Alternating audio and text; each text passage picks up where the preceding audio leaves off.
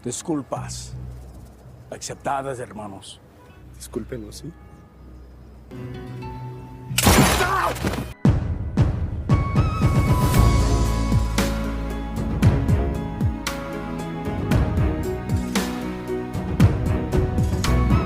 Assalamualaikum warahmatullahi wabarakatuh.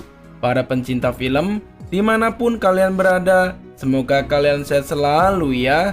Yang pada kali ini akan membawakan film action terbaru yang berjudul Medellin yang dirilis pada tahun 2023. Film ini menceritakan tentang seorang pelatih tinju yang nekat melawan geng narkoboy terbesar di Kolombia setelah adiknya diculik. Namun situasinya menjadi rumit karena kebodohan yang dia buat sendiri. Walaupun kocak dan bikin gagak mampus, film Medellin juga memiliki adegan action yang sangat-sangat beradrenalin. Selain itu, film ini juga dibintangi oleh salah satu petinju terbaik dunia yang tidak lain tidak bukan adalah Mike Tyson. Dan inilah Medellin.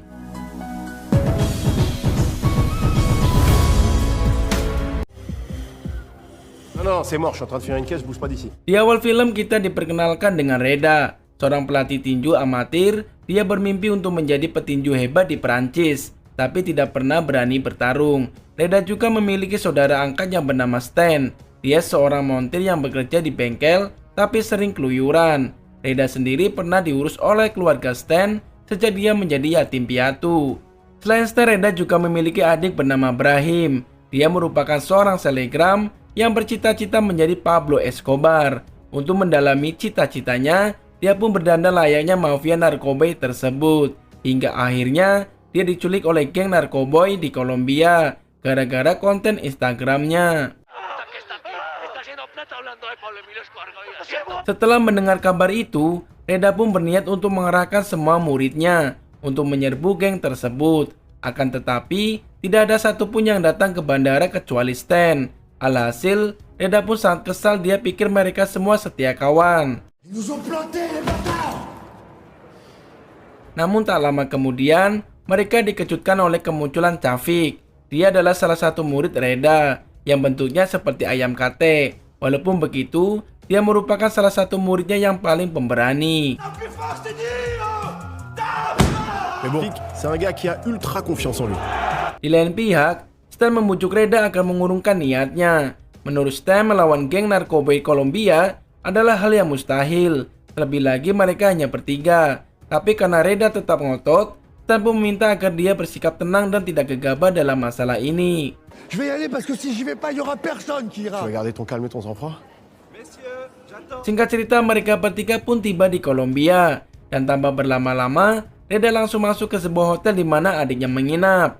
Namun pelayan hotel menyarankan agar Reda pergi ke Baraputa. Di sana mereka akan mendapatkan petunjuk mengenai penculik Brahim.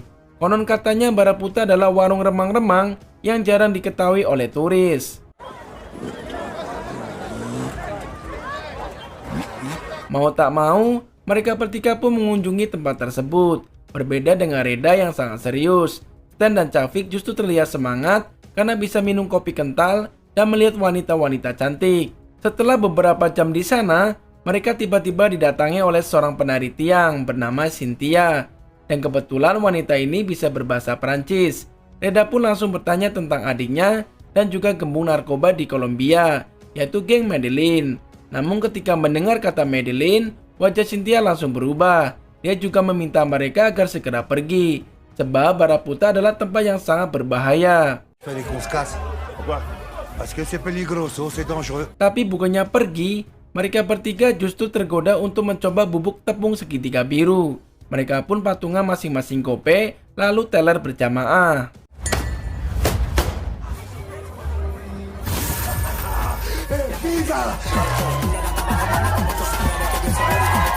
Saking telernya, mereka sampai menyewa hotel untuk goyang sampai bawah dan minum-minum.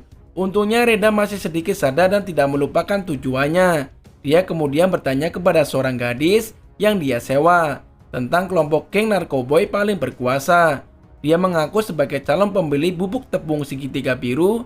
Dari sini dia mendapatkan informasi penting yang bisa membantunya menemukan si Brahim.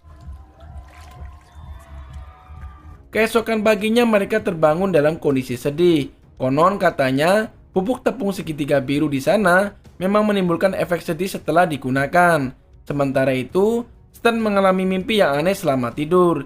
Dia bermimpi telah membajak mobil dan menculik seseorang anggota geng narkoboy.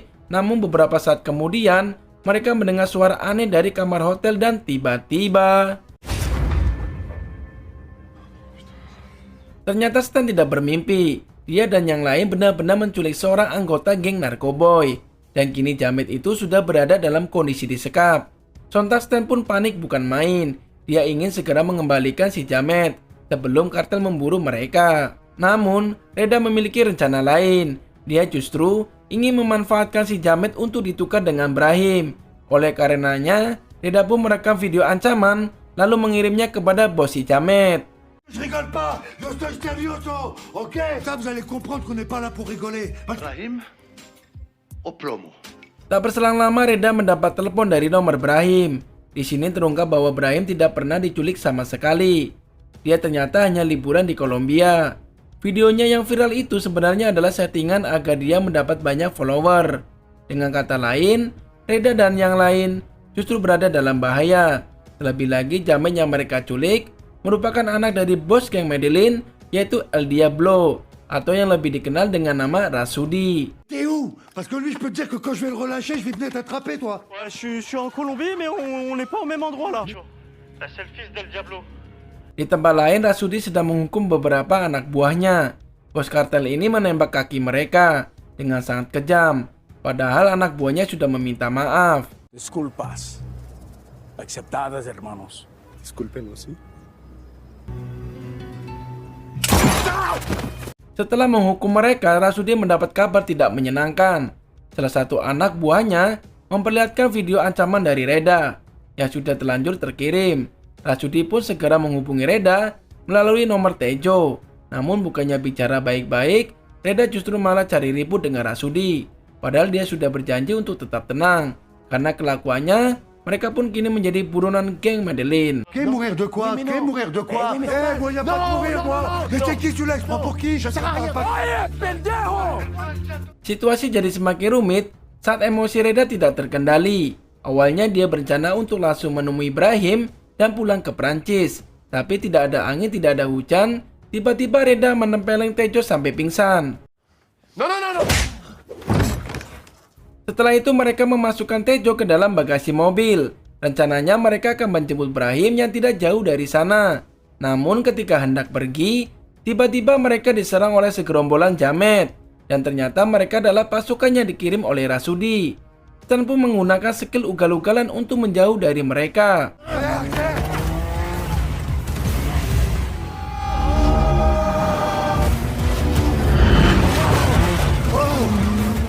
Kejar-kejaran pun berlangsung dengan sengit, hingga akhirnya mobil jamet meledak setelah bertabrakan dengan mobil lain.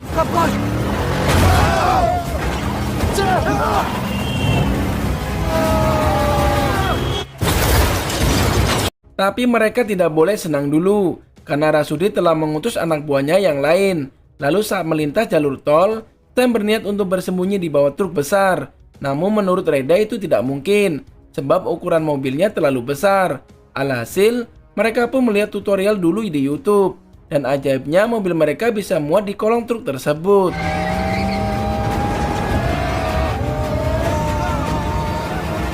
Setelah berhasil lolos, mereka langsung menuju ke tempat Brahim. Tapi sialnya Brahim sudah dikepung oleh anak buah Rasudi. Trop tard, frère, ils sont déjà en bas de l'hôtel là, je les vois.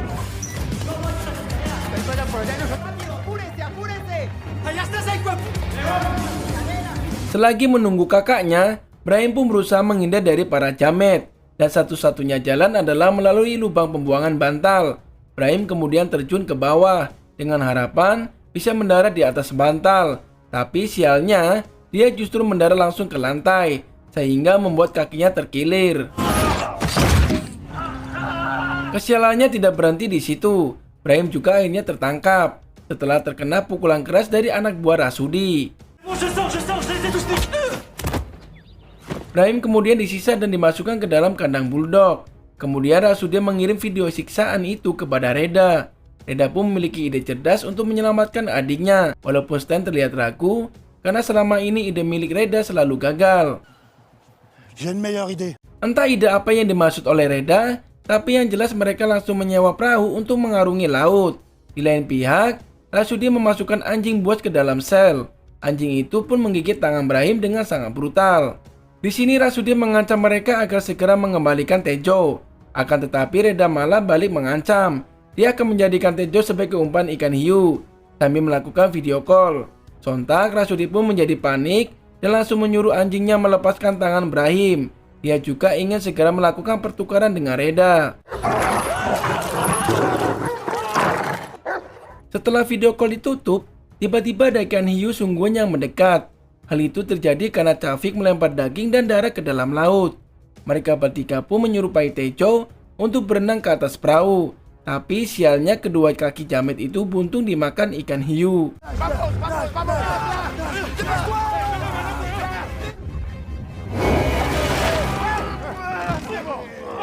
Jika darahnya tidak segera dihentikan, Tejo bisa saja tewas dan Brahim tidak akan bisa diselamatkan. Sementara itu, rumah sakit berjarak sangat jauh dari pantai. Alhasil, Tejo pun dibawa ke klinik hewan. Selagi menunggu perawatan Tejo, Stan tiba-tiba dihubungi oleh Cynthia. Wanita ini ternyata tahu tentang penculikan Tejo dan Brahim. Dia menanyakan beberapa hal terkait insiden tersebut. Et pour l'échanger contre son petit frère, tu sais, celui dont je t'ai parlé quand on s'est vu. C'est pas vraiment moi, c'est mon gars, mais... Dan tidak disangka-sangka Cynthia adalah seorang polisi. Dia memang sering menyamar untuk mendapatkan informasi tentang geng Medellin. Tidak berselang lama, si dokter hewan berhasil menyumbat darah Tejo. Tapi dia butuh transfusi darah agar si jamet tidak tewas di perjalanan. Reda dan Stan sama-sama tidak mau mendonorkan darahnya. Mereka pun akhirnya saling tunjuk. Sampai akhirnya, Chavik mengajukan dirinya. Dia memiliki golongan darah O yang juga cocok dengan Tejo. Universel. Et je vais donc sauver la vie de cet homme. Keesokan harinya, Chavik justru mengalami sekarat karena darahnya hampir habis. Maka menurut dokter hewan, Chavik bisa tewas. Ketika sedang membicarakan Chavik, tiba-tiba Tejo terbangun dan langsung mengadukan Reda kepada si dokter. Sebelum dokter melaporkan mereka ke polisi, Reda dan Stan pun segera membawa Chavik serta Tejo ke mobil. Selain itu, Stan juga membawa anjing yang dikurung si dokter karena akan dibunuh. Di dalam mobil, Chavik yang sedang lemas pun terpaksa makan makanan anjing agar tidak jatuh pingsan. Kemudian Stan langsung tancap gas menuju tempat Rasudi. Ce chien, t'inquiète pas, elle va rien te faire.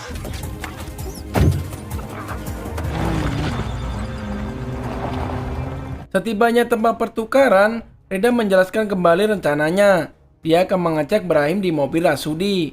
Lalu anak buah Rasudi akan mengecek si Tejo. Setelah itu Reda akan bertukar mobil dengan Rasudi. Namun sialnya Tejo membuka pintu mobil hingga jatuh. Akhirnya Rasudi pun melihat kaki Tejo yang buntung. Karena marah, dia langsung menyuruh anak buahnya untuk menghabisi Reda dan kawan-kawannya. Non, non, non.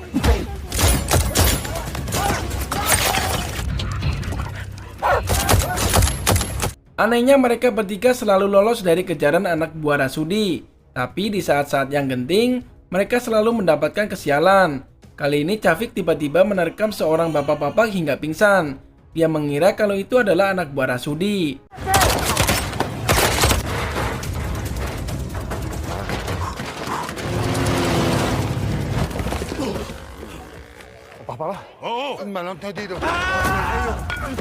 Kemudian mereka kembali bergerak untuk menghajar salah satu jamet geng narkoboy agar bisa mencuri motornya. Mereka pun memutuskan untuk botik alias bonceng 3. Tetapi saat Stan melajukan motornya, tubuh Chavik terjungkal ke belakang tanpa disadari oleh yang lain. Oh my god! Reda dan Stan terus mengegas motornya hingga terjatuh di tengah jalan. Untungnya mereka berpapasan dengan Cynthia. Keduanya pun langsung masuk ke dalam mobil polisi tersebut.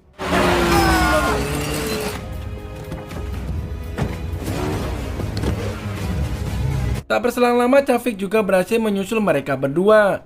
Setelah semuanya masuk, Cynthia pun menunjukkan keahlian dalam ugal-ugalan. Dia juga melakukan drive untuk menjatuhkan anak buah Rasudi. Dan ketika jamet tersebut sudah jatuh, anjing yang diselamatkan Stan tiba-tiba menyerangnya.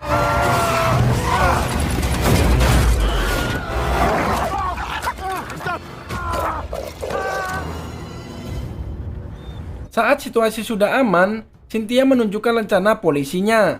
Cynthia turut prihatin atas penculikan Brahim dan mencoba menenangkan Reda yang sangat yakin kalau adiknya sudah dibunuh.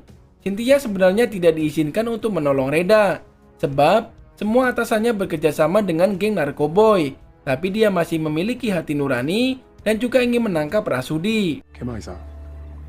Et alors pourquoi t'es venu nous aider? Mon service est corrompu. Ketika sedang beristirahat, Reda mendapatkan kiriman video dari nomor Brahim. Dalam video tersebut, Rasudi sedang menggantung adiknya dan akan segera dieksekusi. Mafia psikopat ini juga berjanji akan membantai seluruh keluarga Reda, bahkan yang berada di Prancis. Di sisi lain, Sinta memiliki seorang kenalan yang bisa membantu mereka. Namun dia sudah lama tidak bertemu. Mendengar itu, Reda pun meminta Cynthia untuk mengantarkan ke orang tersebut, karena dia tidak punya pilihan lain. Setelah berkendara cukup lama, mereka akhirnya tiba di sebuah rumah yang memiliki bendera Amerika. Rumah ini terlihat seperti milik tentara, tetapi suasananya sangat sepi. Mereka kemudian masuk ke dalam dan hendak menemui orangnya, tapi tiba-tiba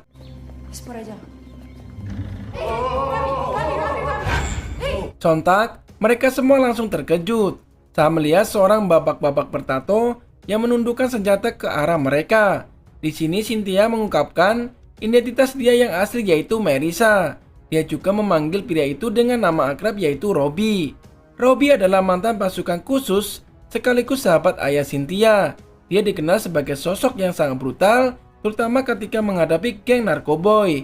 Setelah mendengarkan penjelasannya, Robbie pun langsung memeluk wanita itu. Great house, great. Kemudian Robbie mengantarkan mereka dalam ruangan rahasia. Di ruangan tersebut ada banyak senjata dan komputer, mirip seperti markas komando. Robbie lalu menunjukkan skill tinju yang luar biasa. Ini membuktikan bahwa dia memang Mike Tyson. Setelahnya dia mengatakan kalau dia hanya akan membantu dalam hal informasi dan senjata. Selebihnya dia tidak ingin ikut campur. After this mission, you will erase me from your memory. Is that... Sebelum memberikan senjatanya, Robbie melatih Reda dan Stan terlebih dahulu. Karena bagaimanapun, menggunakan senjata tidak sama dengan membeli serabi lempit. Jadi mau tidak mau, keduanya pun mengikuti instruksi Robbie.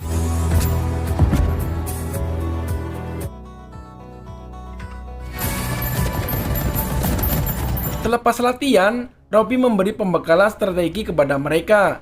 Namun dia membutuhkan satu orang untuk dijadikan umpan. Dan orang yang paling cocok adalah Chavik. Dengan tubuhnya yang simpel, dia tidak akan mudah tertembak. Robbie juga berniat untuk menaruh GPS di lubang anus si Chavik agar dia bisa dilacak dengan mudah. Awalnya dia ragu untuk melakukan itu semua, tapi setelah diyakinkan, Chavik pun akhirnya bersedia. Tanpa membuang waktu, Chavik langsung pergi ke Baraputa untuk memancing keributan, sehingga dia bisa dipindahkan ke tempat Brahim disekap.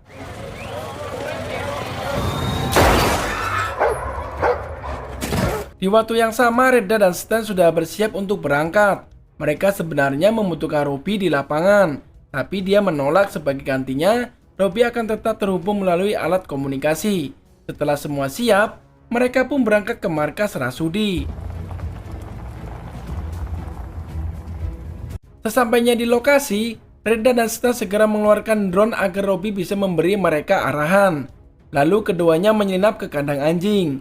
Melewati beberapa anak buah Rasudi, ketika sudah berada di dalam, Stan langsung menghajar penjaga kandang dengan sangat brutal. Sedangkan Reda bertugas untuk membebaskan Brahim.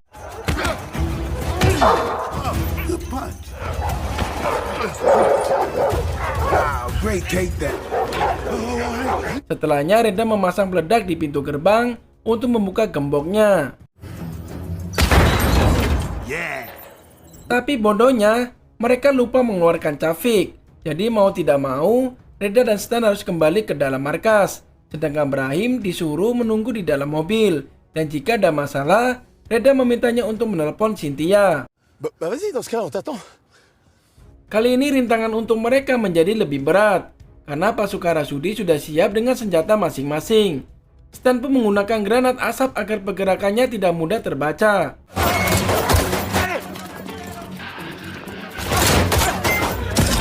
kill you.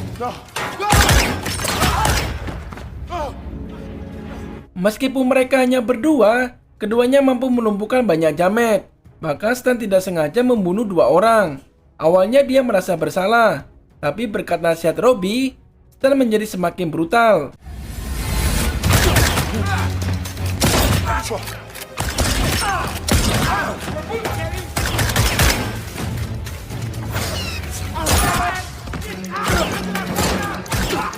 Singkat cerita, mereka pun berhasil membebaskan Chavik.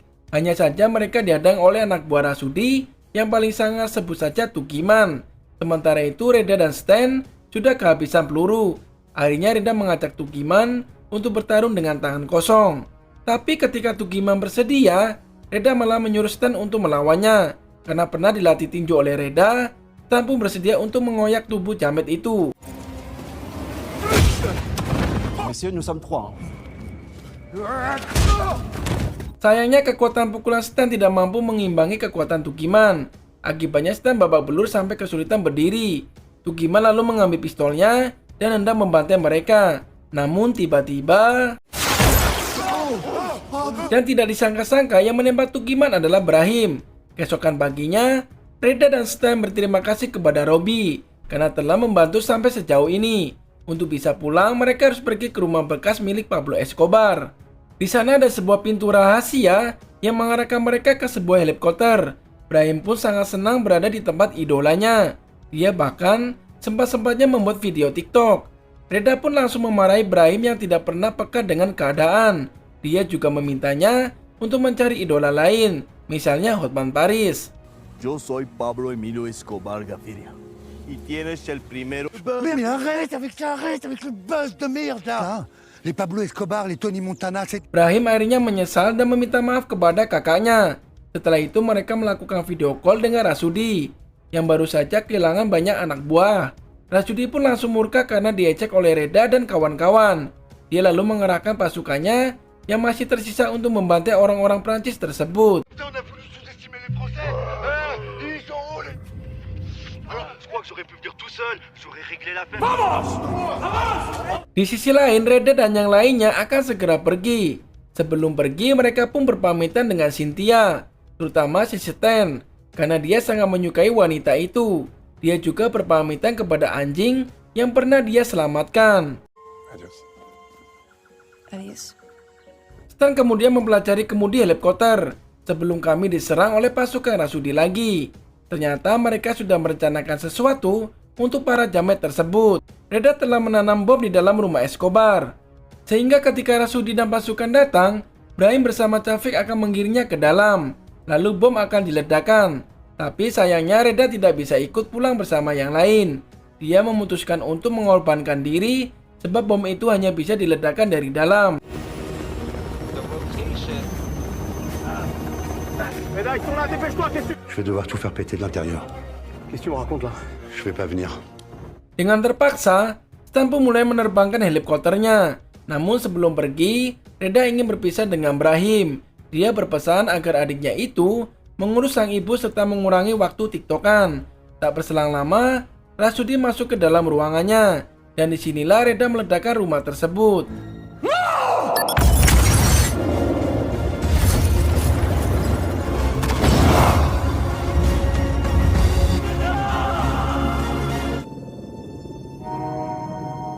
Di akhir film, Brahim mewarisi suasana tinju milik Reda. Di sisi lain, Stan terlihat sedang duduk di atap gedung sambil memandangi sebuah mural dengan gambar Reda dan bertulisan RIP Champion. Lalu film pun tamat dengan sangat mengharukan. Pelajaran yang bisa diambil dari film ini adalah kalau anak Ale dilarang main sosmed. Lihatlah apa yang terjadi gara-gara si Brahim. Hanya karena butuh follower, tapi mengorbankan ratusan jiwa. Kalau dari MDB-nya film berjudul Madeline ini, mendapatkan ranting 4,8/10. Kalau menurut saya bisalah dikasih 7/10. Kalau kalian punya pendapat lain, silahkan komentar di video ini. Segitu dulu alur cerita film kali ini, dan sampai jumpa di video selanjutnya. Matur nuhun dan assalamualaikum warahmatullahi wabarakatuh.